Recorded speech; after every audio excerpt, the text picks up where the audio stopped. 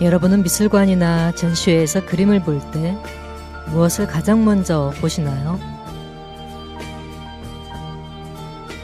화려한 색감일 수도 있고 인물의 표정일 수도 있고 작품이 주는 전체적인 분위기일 수도 있지만 가끔은 그림 자체보다 그 그림 뒤에 숨겨진 이야기가 더 강렬하게 다가오는 작품들이 있습니다.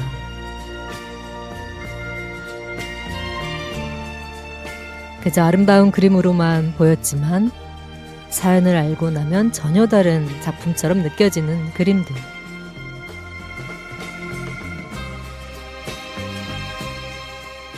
이루어질 수 없었던 사랑, 천재 예술가의 마지막 순간, 그리고 귀족 사회의 은밀한 욕망까지.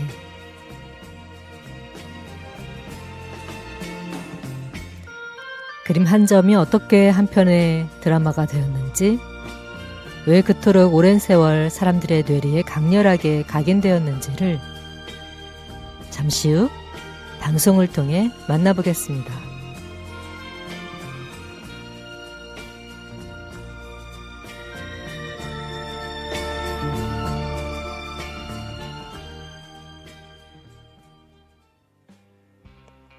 오늘 첫 곡입니다. 악동 뮤지션 소문의 낙원.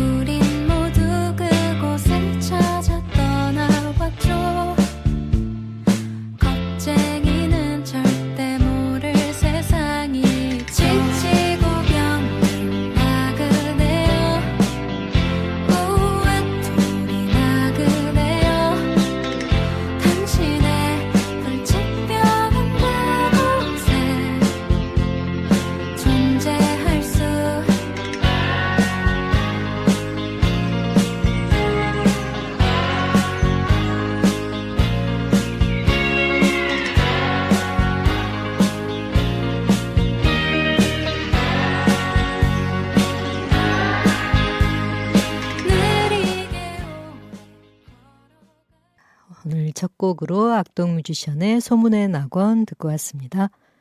안녕하세요 불치님들. 마음을 어루만지는 시간, 친절한 지니씨의 힐링아트 도센트 DJ 정진희입니다. 아, 벌써 6월의 마지막 주예요. 그쵸? 와, 왜 이렇게 빨리 가죠 시간이? 네. 자기 나이만큼 그 세월이 가는 느낌이 그 키로수에 비교하잖아요. 50대는 50km의 속도로 뭐 세월이 가는 것처럼 느껴지고 60대, 70대는 그 나이에 맞는 속도로 또 시간이 빨리 가는 것처럼 느껴진다고 어르신들이 그러시는데 예. 사실 아직은 그렇게 예. 저는 이제 5학년이니까 요즘 그렇게 말한다면서요. 뭐 5학년 몇 반, 뭐 지하철 몇 번 출구, 뭐 이런 식으로 나이를 표현한다고 해서 근데 뭐 예, 아무튼 쏜살같이 근데 느낌 다른 것 같아요. 어느 때는 정말 너무 하루가 정말 뭐 한 서너 시간밖에 안 되는 것처럼 정말 순삭할 때가 있고 또 어느 때는 굉장히 또 하루가 뭐 48시간처럼 길게 느껴지는 하루가 있고 근데 감각이 좀 감각마다 다른 것 같아요. 그 제가 느끼는 감각이 상태가 지금 어느 상태에 있느냐에 따라서 예, 조금씩 그 시간의 감각이 다르게 느껴지는 것 같은 느낌? 네. 그런 것 같아요. 어느 때는 정말 안 가요. 네, 쓸데없는 얘기 또 시작했죠. 네, 죄송해요. 네, 빨리 들어갈게요. 오늘 갈 길이 먼데 또 이러고 있네. 인사는 했고. 네, 자 오늘 힐링아트 도슨트는 82번째, 82번째 미술편이고요. 세계 영화 속 숨은 그러니까 죄송해요. 세계 명화 속 숨은 소름 돋는 이야기. 왜 이렇게 발음이 안 되죠 오늘? 세계 명화 속 숨은 소름 돋는 이야기 들고 왔습니다. 이게 되게 발음이 어렵다. 간장공장 공장장 그것처럼 어려운데. 네, 이게 뭐냐면은 우리가 그 뭐 동화책이나 뭐 영화 같은 거 보고 나서 책장 덮고 또 영화관 딱 나오면 바로 잊혀지는 그런 책 또 영화가 있는가 하면 굉장히 오랫동안 잔상이 남는 작품들이 또 있잖아요. 그 등장 인물들의 그 표정을 다시 막 이렇게 떠올려 보고 상기시켜 보고 뭐 그렇게 되는 근데 미술 작품도 그런 작품들이 있는 것 같아요. 겉으로 보기에는 그냥 예, 한 여인의 그죠? 여성이 화분을 안고 있는 그림일 뿐이고 또 뭐 음악가가 한 음악가의 마지막 순간을 담은 그림일 뿐이며 귀족들이 정원을 거닐며 이렇게 향락 문화를 즐기는 뭐 그런 장면처럼 보일 수 있지만 그 작품 이면에는 굉장히 심오한 그죠? 삶과 죽음 또 사랑과 배신 욕망과 집착 막 이런 거 약간 막장 드라마 소재처럼 인간의 감정이 만들어낸 아주 강렬한 이야기들이 숨어 있습니다. 이게 예술 작품의 매력들이죠. 자, 그럼 거두절미하고 오늘 그런 이야기 할 거예요. 이제 미술편인데 미술편을 빼먹었구나. 미술편인데 그냥 평범한 미술 이야기 아니고 이제 이것저것 조금 특별한 오늘 시리즈로 제가 만들었어요. 이른바 세계의 명화 속 발음 다시 잘해야지. 세계의 명화 속 숨은 소름 돋는 서사. 네. 예술 작품인데 굉장히 독특한 어떤 서사를 담고 있는 작품들. 네. 그런 작품들을 앞으로 이렇게 시리즈처럼 좀 엮어서 할 생각이에요. 근데 오늘 그 1편인 거예요. 1편.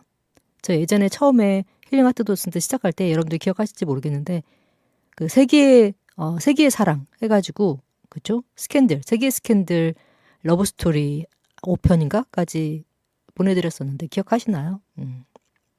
뭐 클레오파트라와 안토니우스 뭐 이런 거 퇴계 이황과 두양 이런 이야기 또 누구였죠? 새록새록하네 또.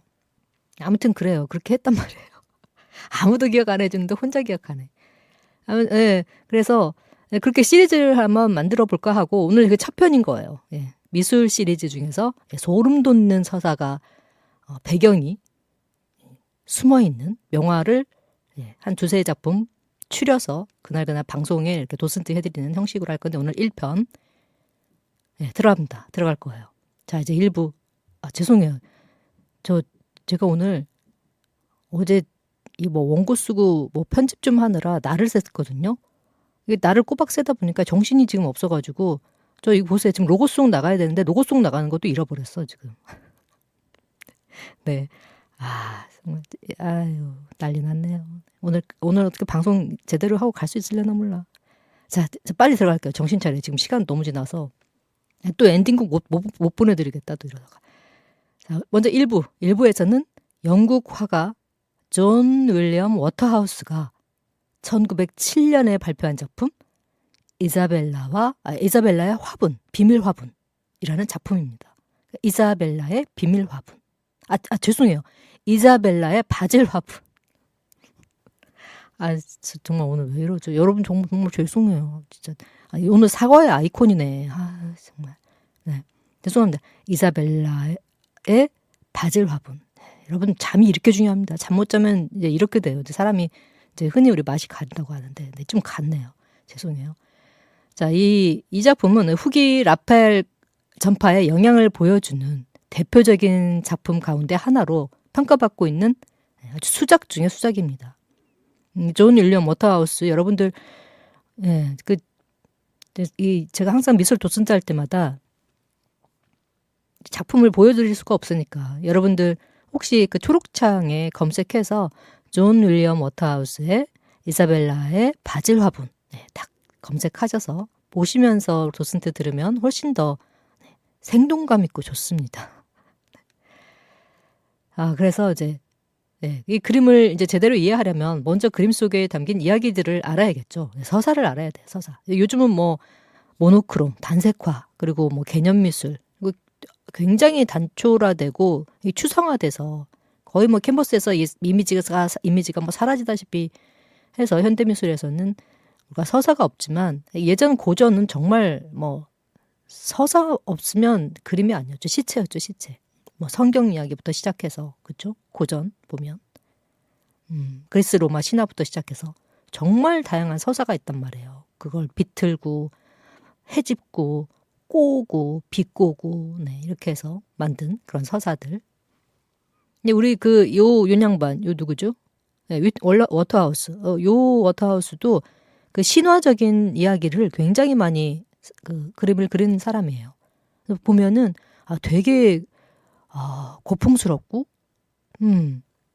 되게 뭐랄까 그림이 단아한 그 그림을 딱 봤을 때 우리 왜 그 여성들 저 같은 사람 보면 참 단아하다, 우아하다, 뭐 그레이스하고 뭐 이런 거 느끼잖아요. 저 말고 죄송해요.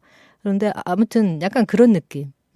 정말 그림을 봤을 때 와 정말 너무 교양 있어, 품격미 있어, 너무 단아미가 정말 뿜뿜해. 이런 느낌이 드는. 거기에 등장하는 여인들도 정말 하나같이 정말 아름답습니다. 정말 우리 그 예전 조강지처 현모양처 스타일의 정말 정숙한 그런 아름다운 여인, 우아미가 돋보이는 이런 여성들을 주로 많이 그렸어요. 아무튼 그래요. 원고를 쓰면 뭐합니까? 이렇게 또 딴소리 하고 있는데 계속. 어디까지 했죠? 그래서 여러분 오늘 좀 이해해 주세요. 저 약간 좀 이상해도. 그래서 14세기 이탈리아의 그 작가 보카치오가 쓴 이제 이 그 바질 화분, 그죠? 이사벨라의 바질 화분에 대한 얽힌 그 이야기를 제가 말씀드리는 거예요. 그러니까 14세기 이탈리아 작가인 보카치오가 쓴 데카메론에 실린 이 비극적인 사랑 이야기를 모티브로 한 작품입니다. 이 그림이. 그 이후에 영국의 낭만주의 시인은 존 키츠, 여러분 아시죠? 존 키츠가 1818년 발표한 시 이사벨라 혹은 바질 화분. 이사벨라 혹은 바질 화분이에요. 제목이 그랬어요. 그 시를 통해 이제 대중적으로 더욱 알려지게 되었죠. 이 시가 내용이. 이제 이사벨라는 부유한 집안의 딸이었는데 아버지가 이미 세상을 떠났고 그녀는 두 오빠와 함께 살고 있었어요.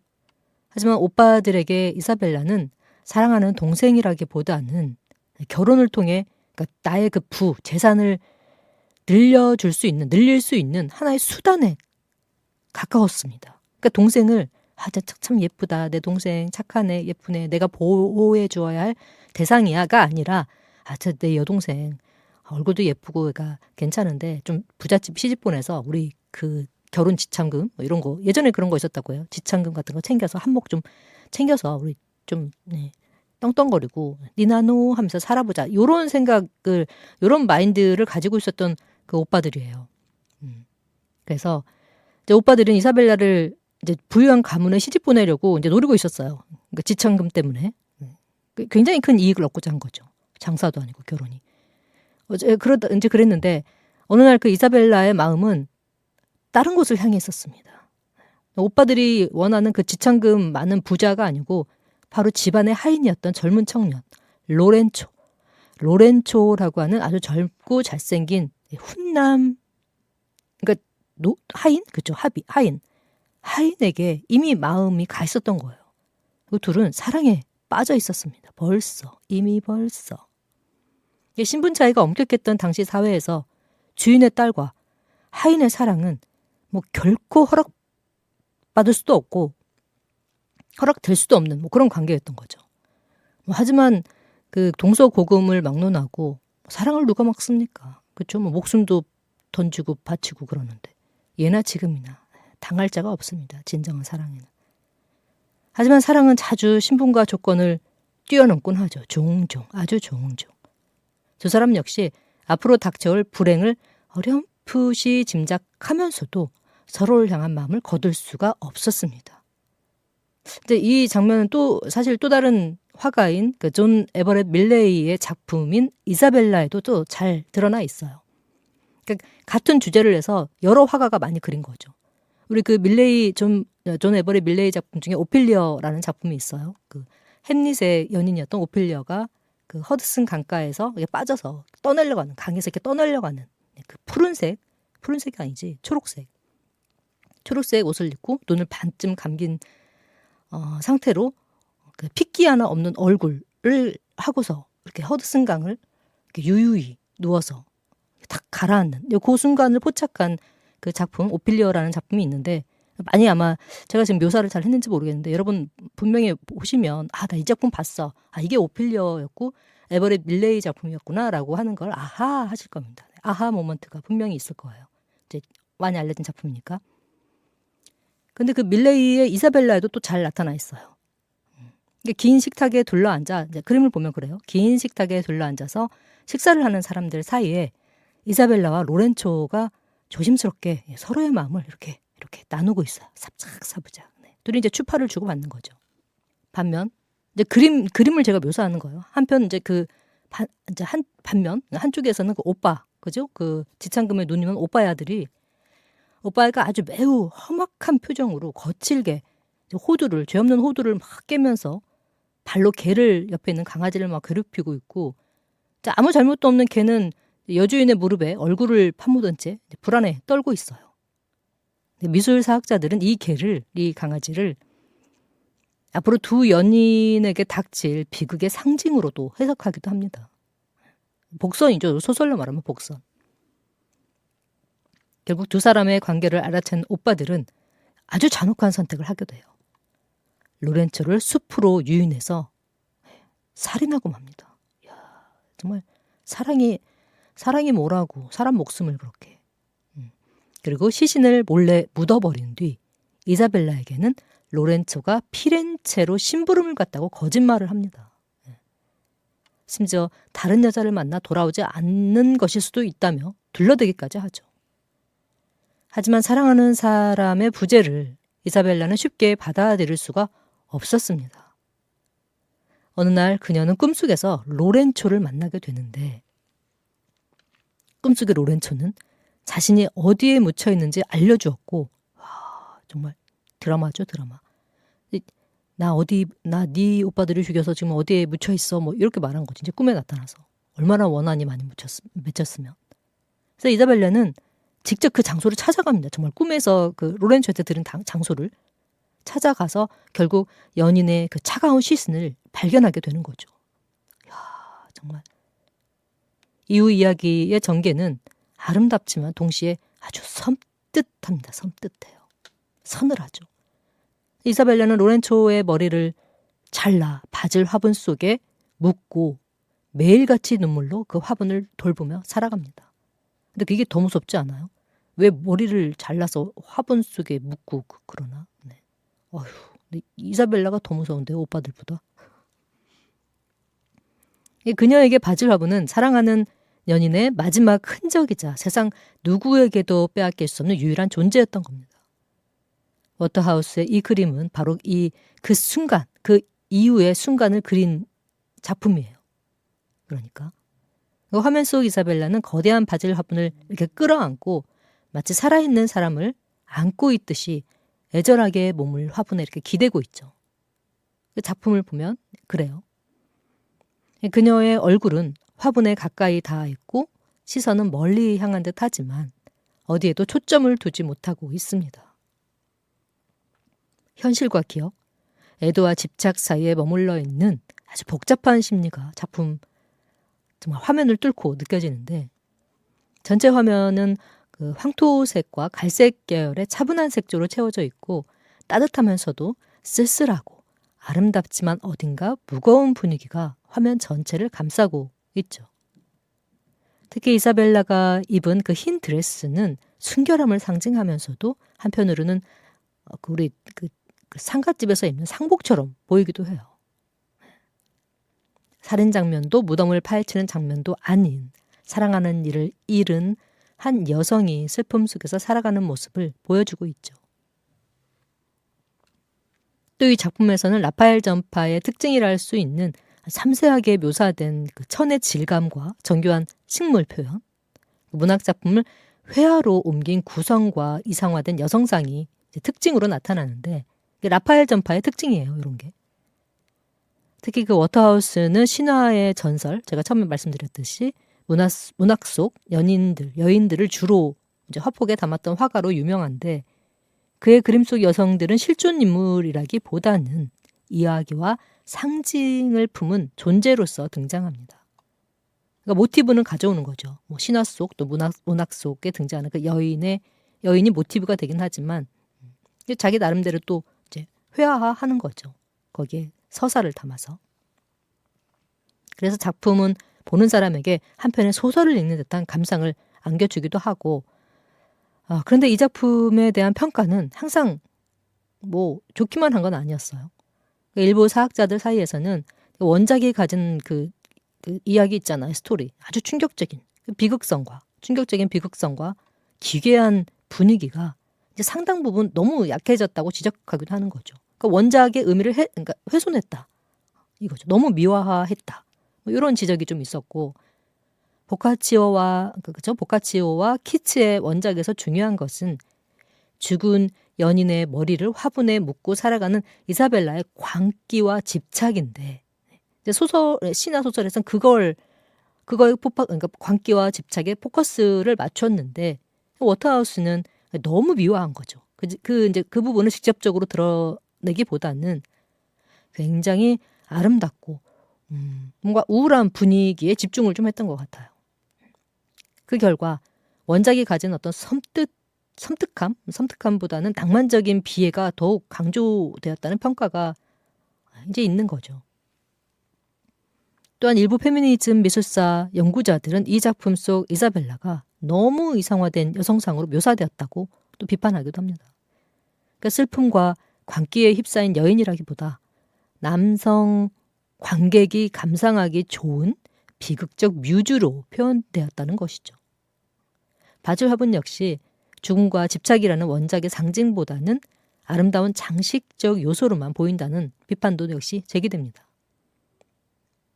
이런 이유로 여러 평론가들은 이 작품을 비극적 심리극이라기보다 그저 아름답게 포장된 슬픔의 이미지다. 이런 식으로 또 이야기를 하고 해요. 또 하나 흥미로운 점은 이 작품이 제작된 시기인데요. 1907년은 이미 인상주의와 후기 인상주의가 그리고 또 모더니즘 미술이 등장하던 시대였고 미술계는 이제 새로운 실험과 혁신을 향해 빠르게 움직이고 있었습니다. 그런데 이 워터하우스는 여전히 그 중세 전설과 낭만적인 서사 또 이상화된 여성의 아름다움 이것에 집중을 하고 있었고 그래서 어떤 이들은 혹자는 그를 시대를 거스른 화가라고 부르기도 하는데 오히려 그 지점 때문에 그의 작품이 오늘날에도 굉장히 많은 사람들에게 사랑을 받고 또 많은 사람들이 찾는 게 아닌가. 저는 또 그런 생각도 합니다. 사실 그 워터하우스 그림 보면 정말 홀린 것처럼 계속 들여다보게 돼요. 계속. 너무나 일단 마음이 편안해. 네. 정말 마음이 편안해요. 그 안에 담긴 서사가 어떤 서사이든 그냥 그 화면을 뚫고 나오는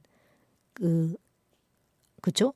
그 이미지 여성이 됐든 남성이 됐든 그 캔버스 속의 인물들이 하나같이 너무 따뜻하고 정겨워요.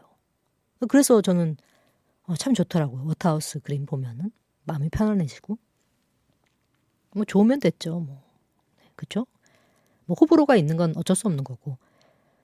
자, 이렇게 존 윌리엄 워터하우스는 이제 화가, 그죠? 이제 작품 얘기를 했다면 화가에 대한, 아티스트에 대한 이야기를 좀 할게요. 지금 제가 이제 앞에 좀 약간 잡소리를 좀 많이 해서 원래 오늘 제가 세 작품을 준비를 했거든요. 1, 2, 3부마다 1부, 2부, 3부 세 작품을 준비했는데 지금 이 시간대로 가다 보면 네, 마지막 3부 거는 못 할 것 같아요. 이제 다음으로 넘겨야죠. 어쩔 수 없어요. 네, 시간이 없어서 네, 1부, 2부까지 두 작품밖에 오늘 소개를 못 해드릴 것 같은데 음악을 조금 덜 들려드리더라도 최대한 많이 이야기를 좀 하고 싶은데 네, 어떻게 될지 모르겠어요. 네, 되는 대로 해야죠. 네, 죄송해요. 네. 자, 윌리엄 워터하우스는 1849년 이탈리아 로마에서 태어납니다. 이제 부모 모두 화가였고 어린 시절부터 자연스럽게 이제 미술을 접했겠죠. 이후 영국으로 건너가서 왕립 미술학교에서 공부를 했고 빅토리아 시대를 대표하는 화가 가운데 한 사람으로 성장하게 됩니다. 그는 특히 신화와 전설 그리고 문학작품 속 인물들을 즐겨 그렸으며 풍부한 색채와 섬세한 묘사 그리고 아주 극적인 분위기로 많은 사랑을 받았습니다. 대표작으로는 샬롯의 여인, 힐라스의 님프들, 오피리어, 마법의 원, 그리고 오늘 소개한 이사벨라의 바젤 화분 등등이 있습니다. 특히 그의 작품 속 여성들은 강렬한 아름다움과 슬픔, 뭔가 그 미스테리하고 신비로운 이런 분위기를 동시에 품고 있어서 지금 오늘날까지도 굉장히 꾸준히 재생산되고 재조명되는 그런 작품입니다. 오늘 소개한 이사벨라의 바질 화분은 한 여인의 사랑 이야기이면서도 사랑이 집착으로 변해가는 과정, 상실의 아픔이 인간에게 남기는 흔적을 생각하게 만드는 작품입니다. 아름답지만 결코 행복하지 않은 그림, 그리고 낭만적이지만 어딘가 불편한 그림. 그래서 우리는 이 작품 앞에서 단순히 뭐 아름답다, 예쁘다 라는 감탄을 넘어 사랑과 상실, 기억과 집착의 그 경계에 대한 생각을 한 번쯤 해보게 되는 것 같습니다. 음악을 두 곡을 들을 시간이 없을 것 같아서 일단은 저 이 곡 오늘 처음 들었는데 굉장히 좋더라고요. 스티븐 산체스, This Thing Called Love.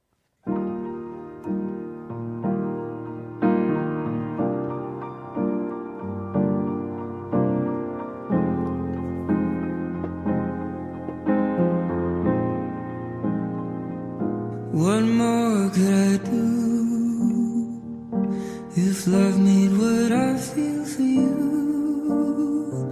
Won't you say that you love me? For in your eyes I know this to be true. Swear that you flew the moment I held on to you.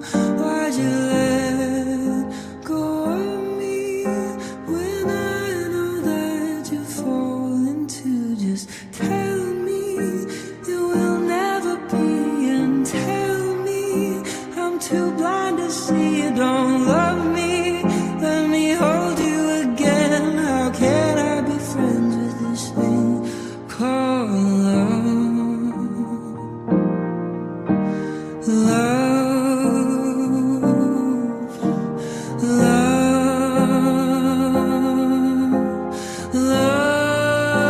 Love, it's no use for me.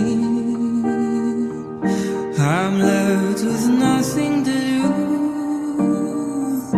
about us. Still I don't understand why each night I died I was held in your hands. So just tell me you will never be and tell me I'm too blind to see you don't love me. Let me hold you again. How can I be friends with this thing called love?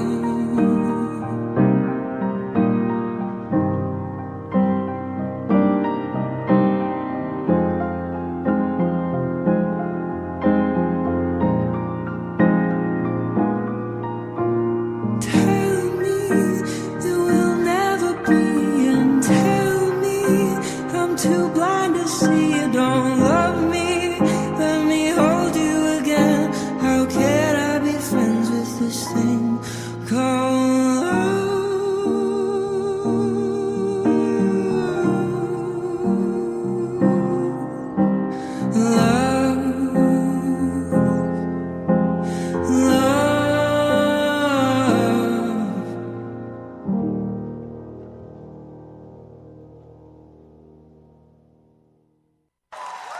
That Arizona sky burning in your eyes. You look at me, babe, I wanna catch on fire. It's buried in my soul, like California gold. You found the light in me that I couldn't find. So when I'm all choked up but I can't find the words, every time we say goodbye, baby, it hurts. When the sun goes down and the band won't play, I'll always remember us this way. Lovers in the night, though it's trying to ride. We don't know how to rhyme, but damn, we try. But all I really know, you're where I wanna go. The part of me that's you will never die. So when I'm all choked up and I can't find the words,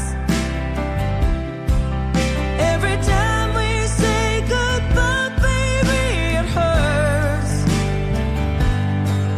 When the sun goes down and the band won't play, I'll always remember us this way. Oh yeah, I don't wanna be just a memory, baby. Yeah.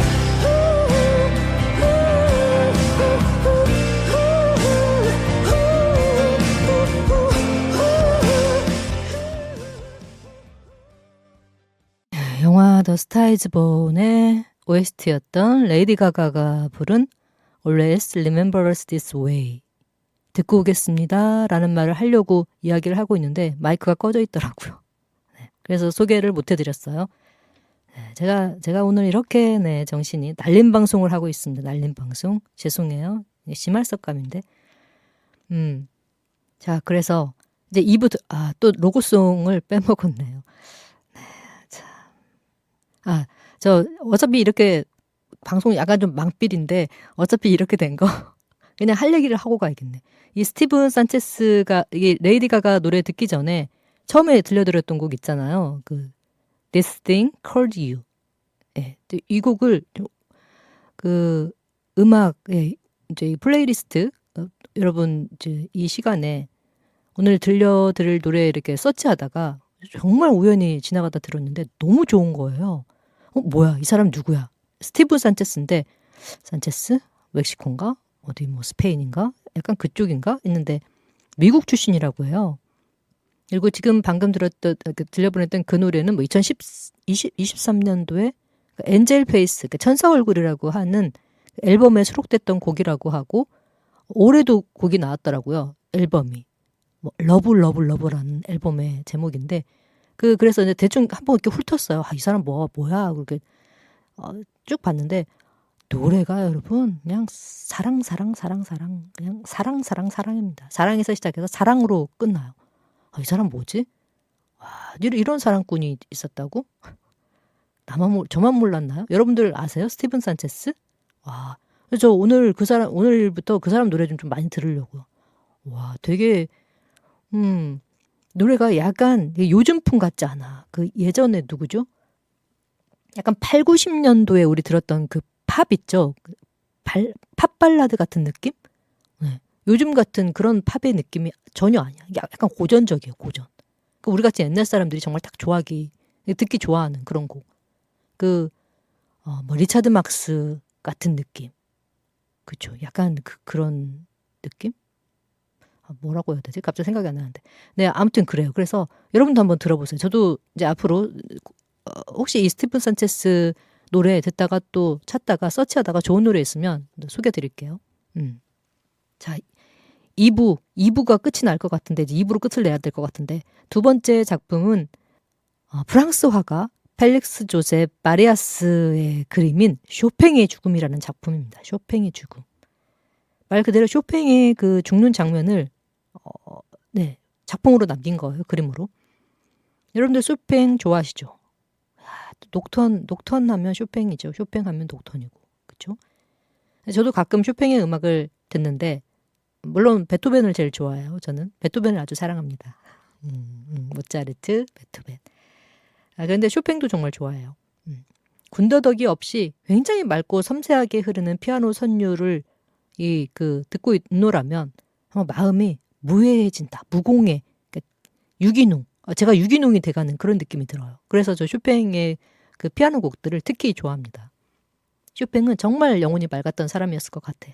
그렇죠? 그러니까 베토벤 씨는 약간 좀 괴팍했잖아요. 근데 우리 쇼팽 씨는 좀 그렇지는 않은 것 같아요. 네, 훨씬 더 유하고 좀 부드럽고 사람이 그러지 않았나. 음악 스타일도 그래서 좀 그 성격대로 가는 것 같아. 그렇죠? 또 이제 이렇게 말하면 또 딴소리 되니까 빨리 갈게요. 자, 그래서 ADHD인가 성인? 그 외에 집중 못하고 자꾸 얘기하다가 딴 데로 빠지는 사람들도 성인 ADHD,注意력, 집중, 결핍 뭐 이런 거 얘기하더라고요.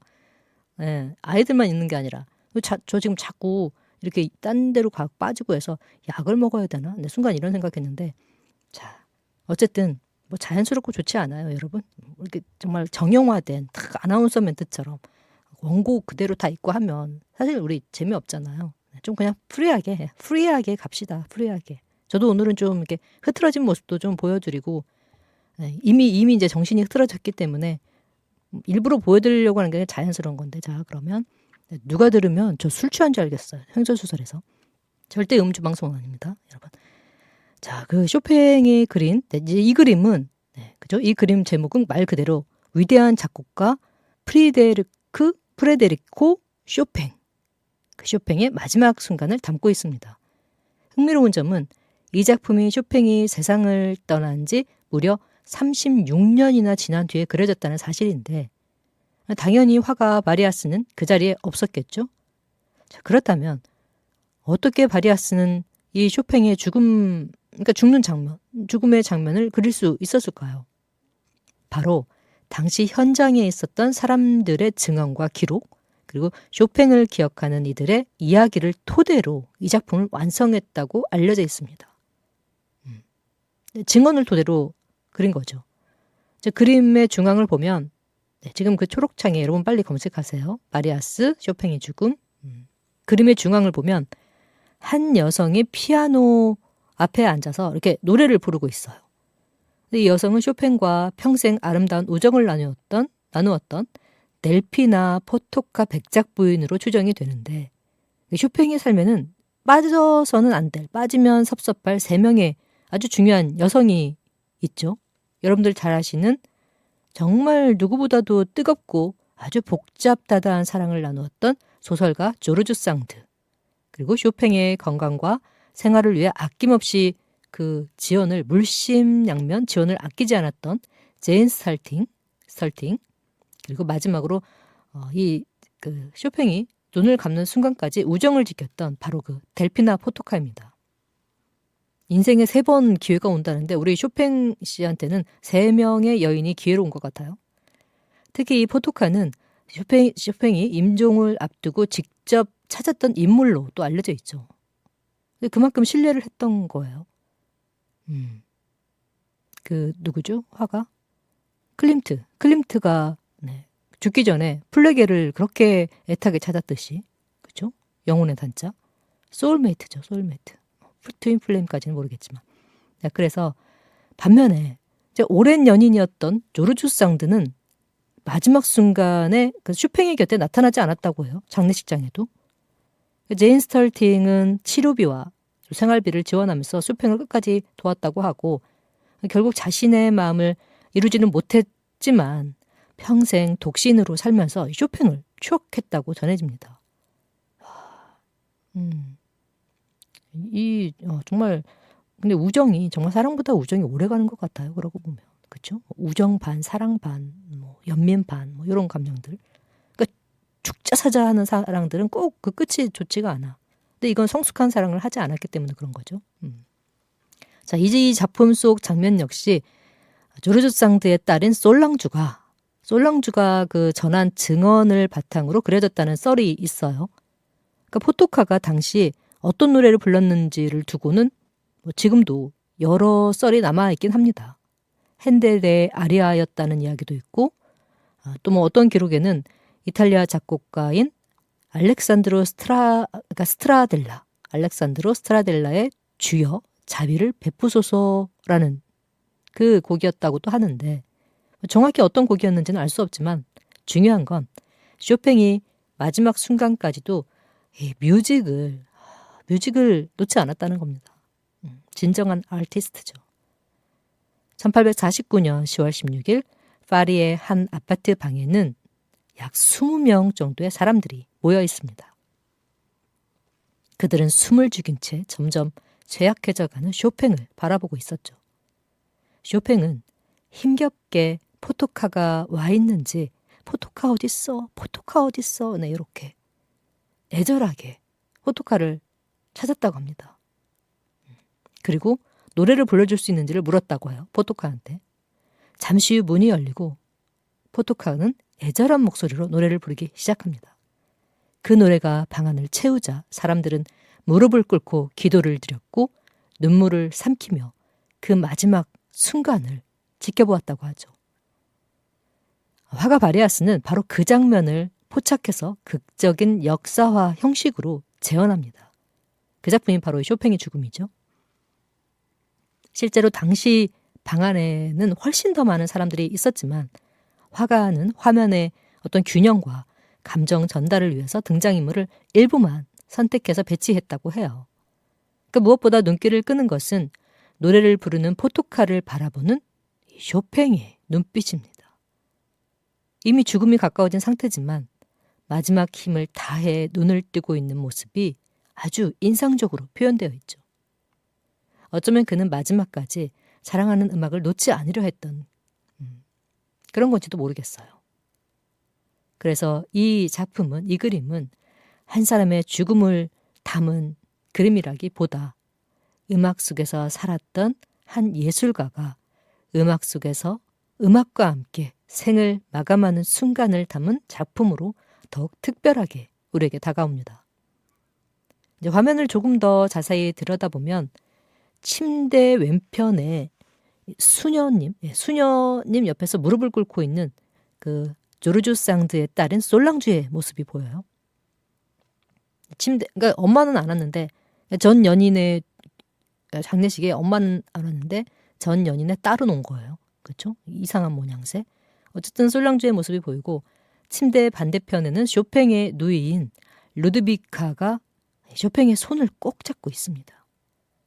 창가에는 쇼팽에게 마지막 성사를 집전했던 알렉산더 예우비츠키 신부가 보이고 그 옆에는 화가 테오필 크비아트코프스키. 왜 어렵지? 테오필 크비아트코프스키가 서 있네요.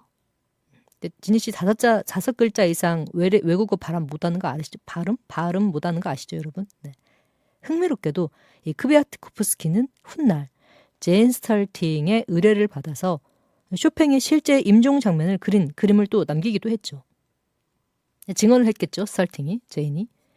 바리아스의 이 작품은 누가 의뢰했는지 정확하게는 알려지지 않습니다. 다만 훗날 이 작품을 소장했던 인물이 윈나레타 폴리냐크였다는 기록이 남아 있어요. 그러니까 아무래도 소장했던 인물이 의뢰를 하지 않았을까? 추측을 하는 거죠. 합리적인 추측, 그렇죠? 그래서 일부 연구자들은 미술사학자들은 그녀가 의뢰자였을 가능성도 조심스럽게 추정하고 있다고 하네요. 이 작품이 높이 평가받는 이유는 단순한 역사적 기록 때문만은 아닙니다. 바리아스는 실제 현장에 없었음에도 불구하고 남겨진 증언과 기록을 바탕으로 한편의 오페라처럼 굉장히 극적이고 감동적인 장면을 작품으로 완성해 냈으니까요. 특히 인물들의 시선과 손짓, 빛, 그림자의 배치, 그리고 뭔가 그림인데 회화 작품인데 우리 사운드스케이프처럼 풍경 속에서 풍경과 음악이 함께 이렇게 어우러지는 공감각적 느낌? 음악이 풍경으로 그려지는 것 같은. 네. 그쵸. 이런 느낌을 받게 하는, 이제 그림한테서 그런 느낌을 받는 거죠. 특히 인물들의 시선과 손짓, 빛과 그림자의 배치, 또 음악이 들리는 듯한 분위기 있는 표현, 공감각적 네. 요 느낌. 이런 것들이 19세기 아카데미 회화가 가진 장점을 잘 보여주는 대표적인 사례로 평가받고 있습니다. 자, 이제 이 바리아스가 어떤 사람인지 한번 볼 텐데, 그 펠릭스 조셉 마리아스예요. 이제 풀네임이. 마리아스는 1822년 프랑스에서 태어납니다. 파리에서. 화가들의 블랙홀이라고 하는 파리에서 태어났어요. 뭐 예술가, 아티스트 DNA를 그냥 몸에 세포에 장착하고 나온 거죠. 아버지는 도자기 채색 화가였다고 하고 남동생인 루이 에르네스트 바리아스. 죄송해요. 루이 에르네스트 바리아스 역시 훗날 아주 유명한 조각가가 되었다고 하니 말 그대로 그 예술가 그 DNA에서 그 집안에서 성장한 셈입니다. 그는 어린 시절부터 굉장히 뛰어난 재능을 보였다고 해요. 떡잎부터 알아봤던 거죠. 불과 16살 무렵에는 이미 경제적으로 자립할 정도의 실력을 갖추고 있었다고 합니다. 이후 역사화의 대가인 레옹 코니에의 문화에 들어가서 정통 아카데미 교육을 받았고 22살이 되던 1844년 그러니까 프랑스 미술계 최고의 영예 가운데 하나인 로마 대상을 수상하게 됩니다. 와. 이 상을 통해 이탈리아 유학의 기회를 얻고 또 고전 미술과 르네상스 예술을 직접 연구하면서 자신만의 화풍을 발전시켜 나갔죠. 흥미로운 사실은 오늘날 그의 이름보다 그의 제자들이 훨씬 더 유명해졌다는 점인데 여러분들 잘 아시는 그 인상주의의 거장 드가 아시죠?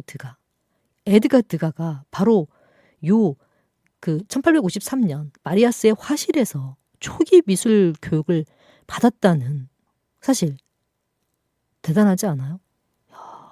그 스승을 넘어선 거지. 그쵸?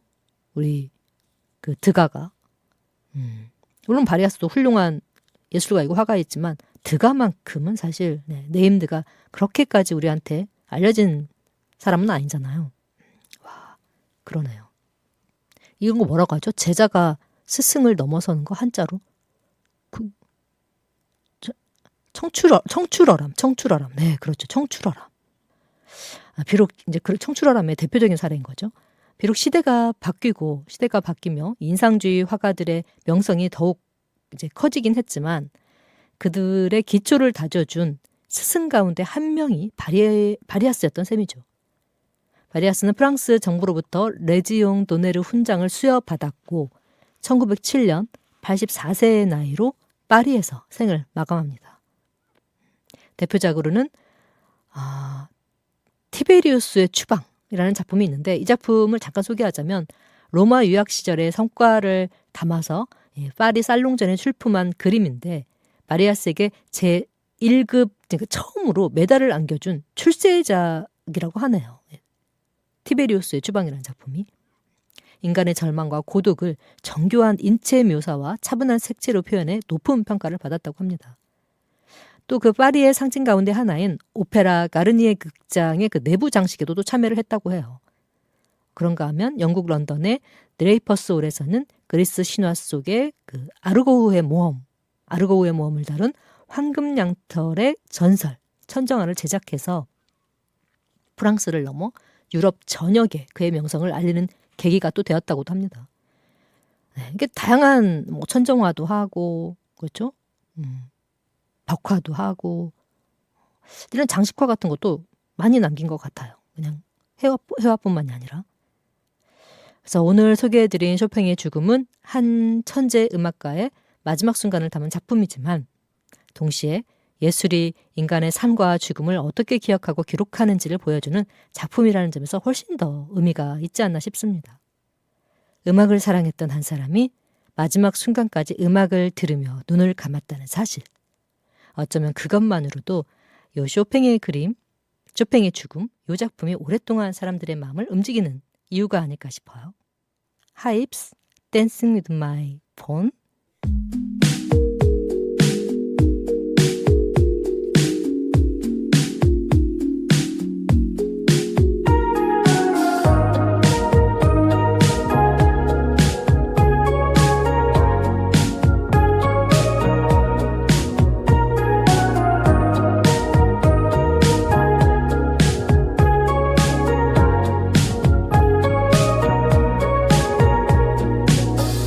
I'm just laying on the floor again.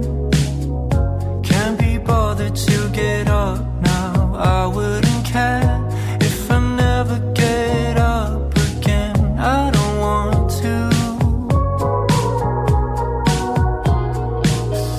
Then our song comes on the radio, makes me wanna start to dance. So I wanna know if you feel the same way as me. Why would you go dancing? I'm all alone, figuring out how I can get you home. Dancing with my phone, thinking about you. On my feet and now I'm out the door, walking by the places that we used to go. I remember all your favorite stores, I won't lie. I don't think I even know myself.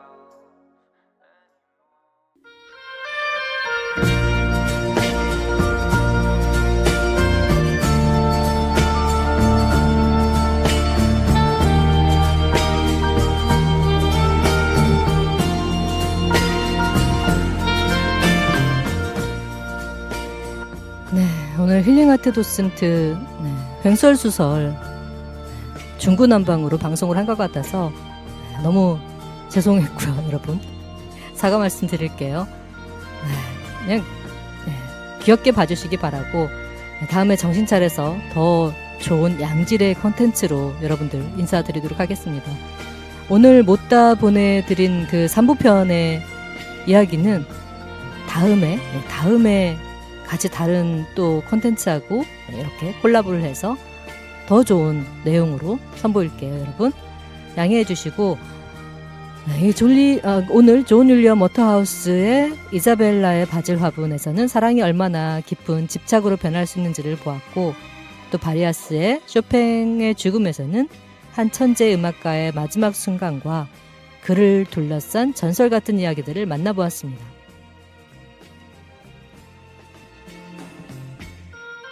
처음에는 단순한 그림처럼 보였던 작품들이 그 배경에 깔린 이야기를 알고 나니 전혀 다른 모습으로 또 다가오지 않았나 싶은데요. 시대를 초월해 비슷한 고민을 하고 사랑을 하고 질투하고 슬퍼했던 우리의 이야기가 담겨있기 때문이 아닐까 싶네요.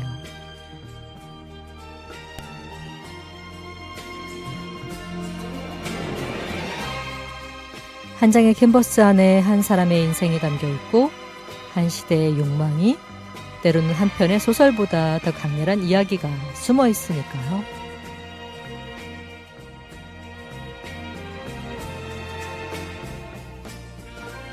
친절한 진씨의 힐링아트 도슨트는 오늘 여기까지입니다. 세계의 명화 속 숨은 소름 돋는 서사 2편도 여러분 기대해주세요. 미술편에서 보내드릴게요. 지금까지 저는 진행의 DJ 정진이었고요. 여러분 오늘도 함께 해주셔서 대단히 감사합니다. 덕분입니다.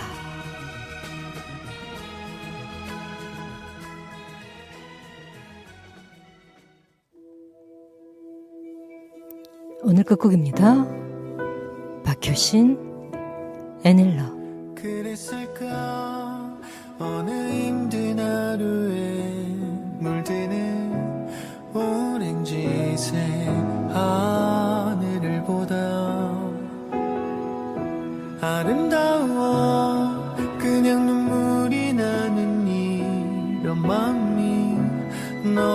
같았을까 많은 질문 속에서 많은 말보다 견뎌왔던 우리 겨울비가 그친 그 자기 위로 또다시 피어나는 너와 나야 세상에 어떤 이유로 어느 우연으로 그리울 수밖에 없는 우리 어느 날 나란히 앉아 같은 하늘을 바라본 두 눈 속에 사랑이 그곳에 있어 Anywhere I will be with you any love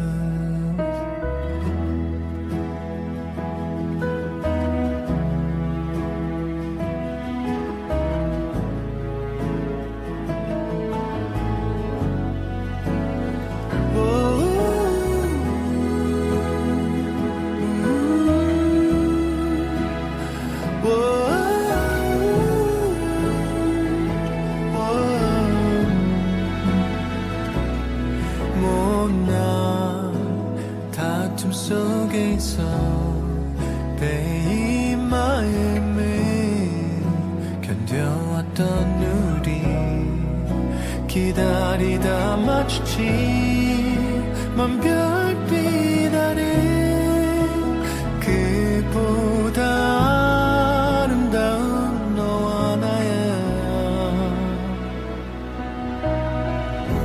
세상에 어떤 이유로 어느 우연으로 사랑할 수밖에 없는 우리 어느 날 나란히 앉아 같은 하늘을 바라본 두 눈 속에